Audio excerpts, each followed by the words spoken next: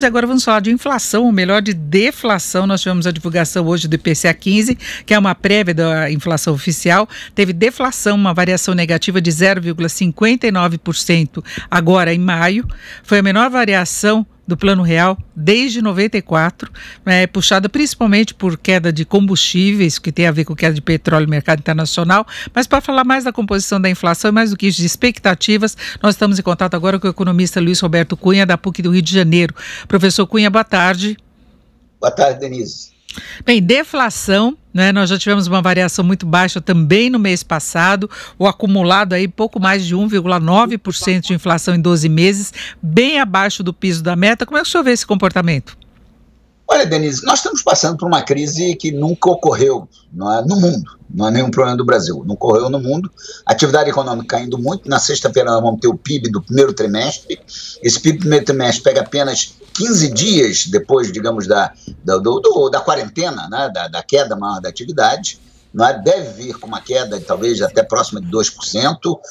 O PIB que vai ser divulgado em agosto, que é o PIB do segundo trimestre, vem muito para baixo, que vai pegar a base aí da queda da atividade econômica.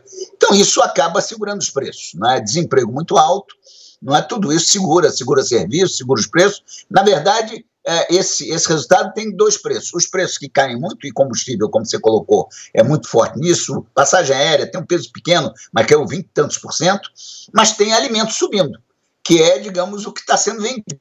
Existe supermercados, aliás, são um dos poucos itens, talvez o único item de atividade econômica que está tendo venda positiva, Então, alimentos estão subindo, não muito, mas estão subindo, até subiram menos agora nesse IPCA 15 de maio do que tinham subido no fechamento do mês anterior, do mês de abril. Devem continuar pressionando um pouco. Nós estamos com um problema aí no contato com o professor Luiz Roberto Cunha, nós já vamos retomar. Ele está fazendo uma análise do IPCA 15, que foi divulgado hoje pelo IBGE. Pode prosseguir, professor, vamos ver se agora conseguimos ouvi-lo. Pois é, então o supermercado é o único setor que tem vendas positivas, e os alimentos, você tem em alguns setores alguma dificuldade, Os produtores não têm uma facilidade grande, tem problema de transporte, tem problema inclusive no próprio campo, as dificuldades todas que o país está passando.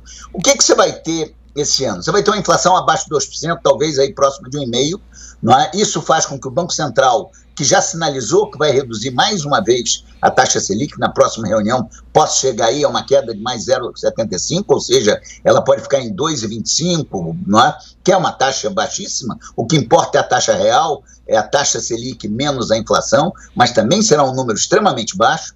Agora, não é a política monetária que vai resolver muito o problema no curto prazo. Quer dizer, na verdade, ela já deu o seu impulso.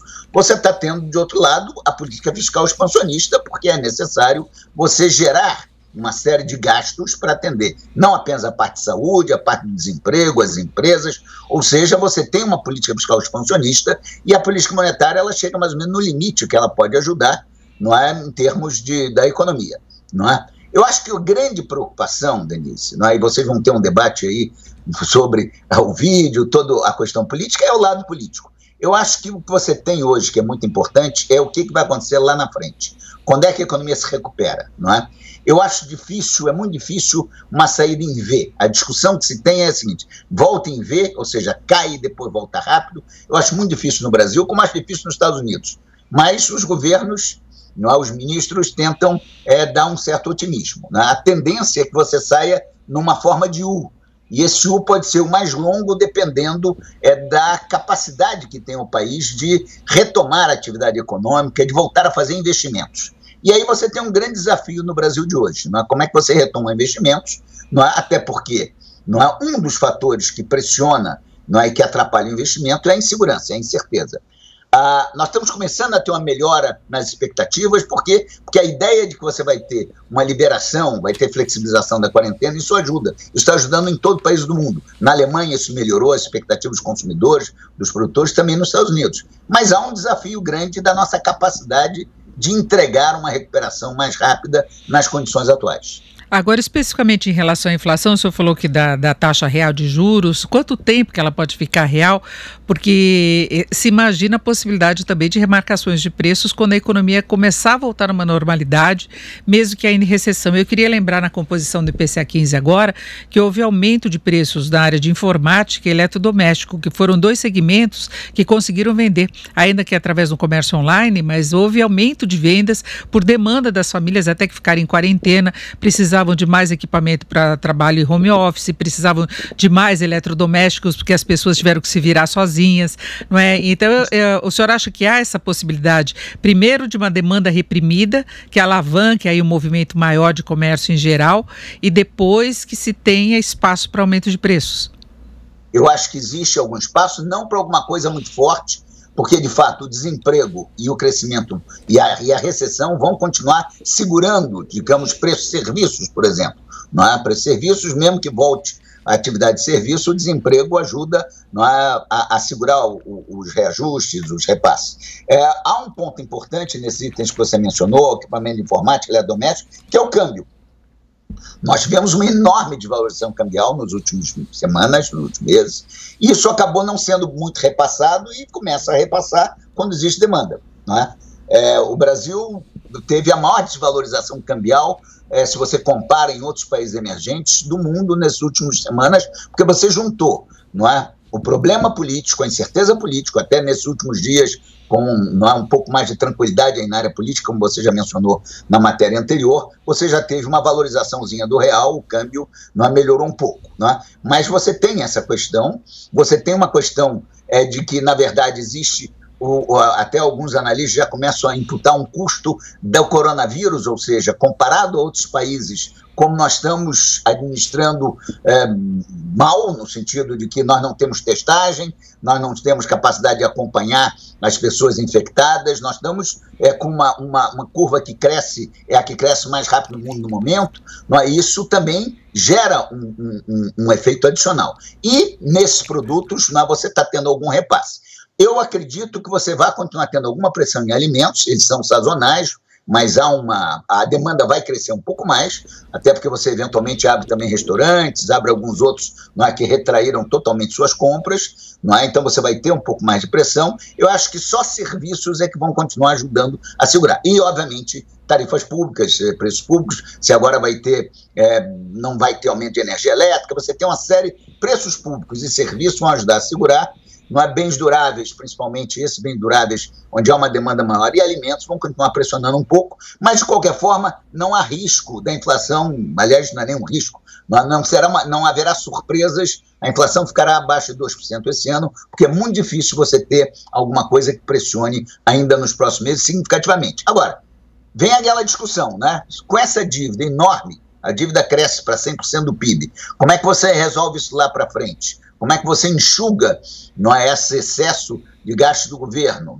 Aí tem uma discussão aí bastante interessante sobre você faz mais ajuste fiscal, mais duro, você imprime moeda, usa reservas, imprime moeda, tem dado uma discussão acadêmica muito interessante sobre isso. Eu acho que você vai ter que fazer alguma coisa que é uma combinação de várias coisas.